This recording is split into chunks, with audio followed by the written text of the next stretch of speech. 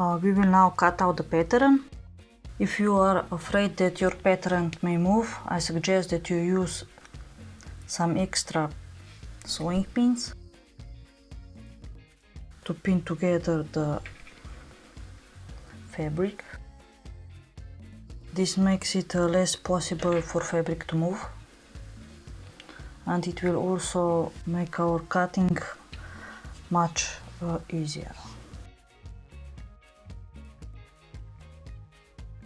So I have secured my fabric with the pins, and now let's cut out.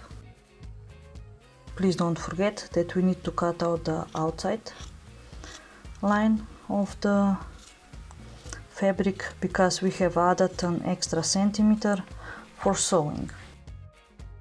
You won't be needing any sewing machine for this project because we will be using simple hand stitches to sew together our sun case.